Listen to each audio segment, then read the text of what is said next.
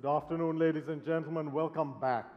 What an awesome start. I told our two co-chairs that they missed their vocation in life. Stand-up is definitely their opportunity. Now, this morning we talked a lot about opportunity. Now it's time for a sobering reality. So forgive me. I don't mean to cause you indigestion. The solution is in the antioxidants in a cup of tea. There's some beautiful teas outside, so please indulge. And let me talk about value in tea. Now, since tea was first discovered, Camellia sinensis has been revered for its value as a medicine, as a beverage, as the taste of nature, from Lao Tzu's proclamation of tea as the elixir of life to the current perfect alignment of fine tea with Gen Zers, with millennials, and their desire for the flavor exploration that we heard this morning, the natural wellness we heard of, the authenticity that drives quality. There is no herb that so perfectly matches evolving lifestyle preferences than tea. How then can this most valuable herb, more relevant to humanity today than ever before, suffer the paradox of an existential crisis? And it does. Following its genesis in China, tea grew as a byproduct, unfortunately, of a vicious and exploitative enterprise that we know as colonialism. But by the 1960s, that catastrophic phase and its ancillaries, including the quite brutal East India Company, had ended. Yet, this extractive form of capitalism persists, albeit in the hands of different actors. Now, central to this contradiction is the mistaken assumption that price and value are equal. They're not. Price is arbitrary. Value is fundamental. Price is a market-driven construct. It's imposed by supply and demand. It's marketing, information, misinformation. It's wholly disconnected from the notion of value. And value is the sum of the livelihoods, the welfare of workers, the soils, the food security, the safety, health, wellness of our customers. It's a socioeconomic development of our nations.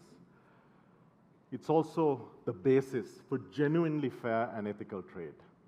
So capitalism superseded colonialism, and businesses, many foreign entities, global corporations, now in the role of determining the economic prospects of the independent producer nations.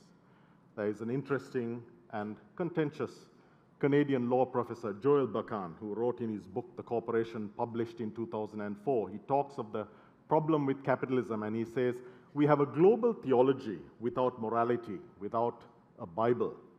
And he warns that's dangerous, and his words, not mine. Forgive me for the minor diversion into French. He says, we are not going to be able to exist in a global context if we are the bastards of our business.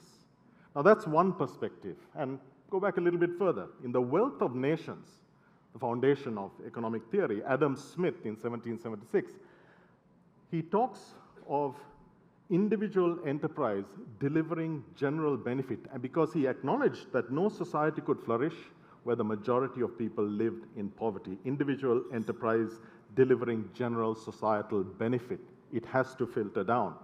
Now, since that, the falsehood that was perpetrated in the GFC, the global financial crisis in 2008, that tea should be sold on everyday low price, that has been the overriding trend in tea, unfortunately. Producers struggling for survival in a category that boasts the second most popular beverage in the world, EDLP, and its highly profitable proponents assuming the role and function of colonists.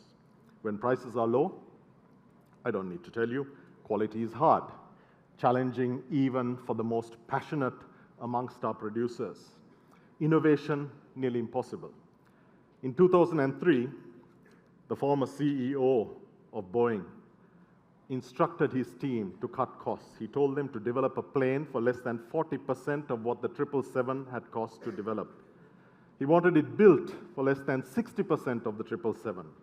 The result was a 737 MAX, an aircraft whose sensors malfunctioned due to poor design and caused the death of 346 people. Now, cost cutting in tea may not deliver such a catastrophic cost in human life, but it does.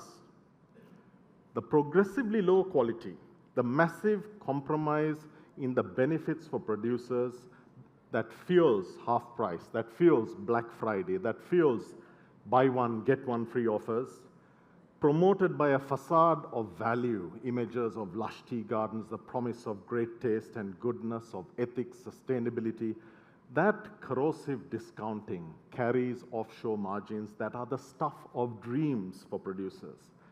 And it's clear, therefore, that in all of this, it's the producer that pays the price. The consequences are evident today. Rapidly diminishing shelf space, a lack of innovation, a lack of everything that we heard about this morning in the tea category, simply because the money isn't there. Compression of specialty and mainstream tea into tea, a commodity. An absence of the richness of terroir, a feature of tea that is the strength of the flourishing wine, coffee, chocolate, olive oil categories, and even water, as Shabnam reminded us. We see an increasingly undifferentiated offering that is less tea, more herb, and the subjugation of sophistication, of diversity, of quality, and the potential in tea. All of this subjected to commoditization. And so tea is an affordable luxury. We know that, we saw that this morning. It has a rich heritage and it has a richer relevance to modern lifestyle. In that reality, discounts really, I hope you'll agree with me at the end of this conference, it's the last refuge of the most unimaginative. Worse, deep discounts, it's a genesis of a cancer that spreads, eventually consuming its host. That's bad news. But now there's good stuff too. We're blessed with a herb that was born as a medicine.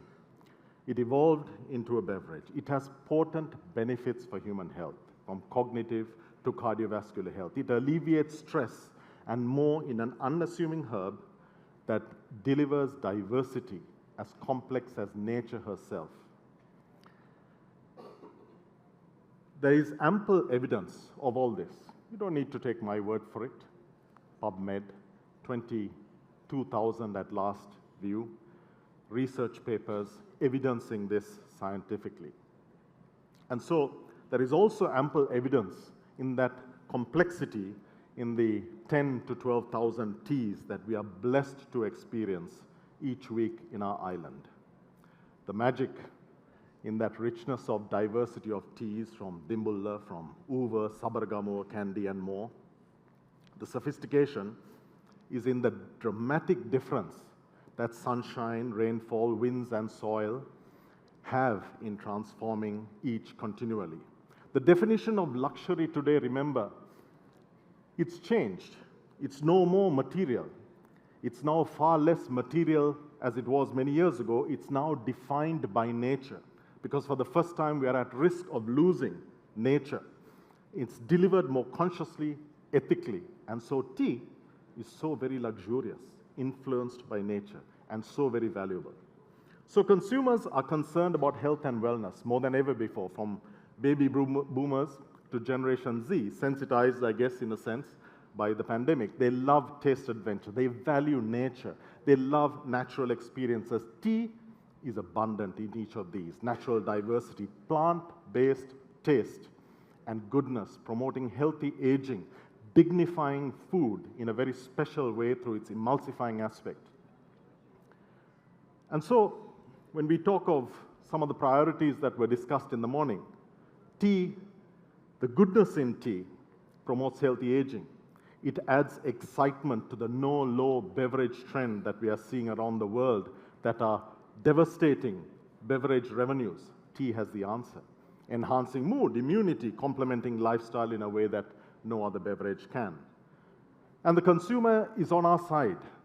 Between 60 and 80% of consumers, depending which study you look at, are estimated to value sustainability. A similar number value ethics and the lives of less fortunate, and for the first time, they're prepared to pay a fair price for what they consume. They're demonstrating on the streets of Europe and the USA for that right. Now, as growers, we're on the front lines of climate action, inequality, gender, and most of the SDGs. The decisions we make can determine whether future generations have the same food security, ecosystem services, the welfare that we all are privileged to have in 2024. We want to do what is right, but the right and valuable path costs more than the one that price demands of us. Fair wages, access to education, productive soils, great tasting tea, a sustainable, resilient, and reliable industry are the responsibility of consumers, retailers, brands, traders, and producers equally. For the global tea industry to survive, we need to rebuild the foundations of our great industry, to discard extractive colonial principles. We need to adopt a new deal, and that must involve consumers, retailers, brands, traders, and producers in a collaborative effort to focus on quality, on worker welfare, climate action, innovation, and sustainability, all of the things that consumers value. Now, my father, tea maker Dilhan J. Fernando, envisaged business as a matter of human service. His lower middle-class rural parents could not afford him an education beyond what was known at that time as a senior school certificate. That lack of an MBA was his greatest blessing, because his most significant influence on his business philosophy was his mother. And she taught him that our humanity, kindness, always takes precedence over every action and interaction, business or personal. The strength and resilience of our tea business today is that philosophy. It's a philosophy of kindness. When I went to university, I wasn't taught that that is a principle of business. And it is that which endears consumers. It's that that benefits workers and brings us their commitment. It's that that helps us in times of challenge. It's that that connects us to the wider community, supports innovation, supports development as we strive to fulfill my father's promise of making the world a better tea. Now, the change that is necessary is complicated, and it won't be easy, but nothing great ever is. What is beyond doubt, though, is that it is urgent and it must be done. And together, we can do it for the sake of our industry, its people, its future. It begins with the right mindset, acknowledging the preeminence of value over price. It continues with the commitment to rebuild a sustainable tea industry around what the consumer is telling us, as explained this morning, and on a foundation of taste, of wellness, welfare, climate resilience, for a more equitable and vibrant industry. Only that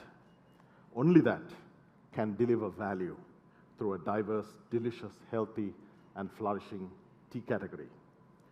Thank you very much, ladies and gentlemen.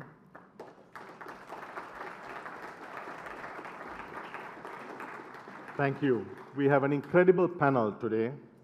We have Dr. Ibrahim Afshar, we have Dr. Mao Limin, and we have Kun Sinianat and Nathaniel. And they are going to share in their respective areas, talking about different aspects of value from different perspectives. We also have two expert panelists.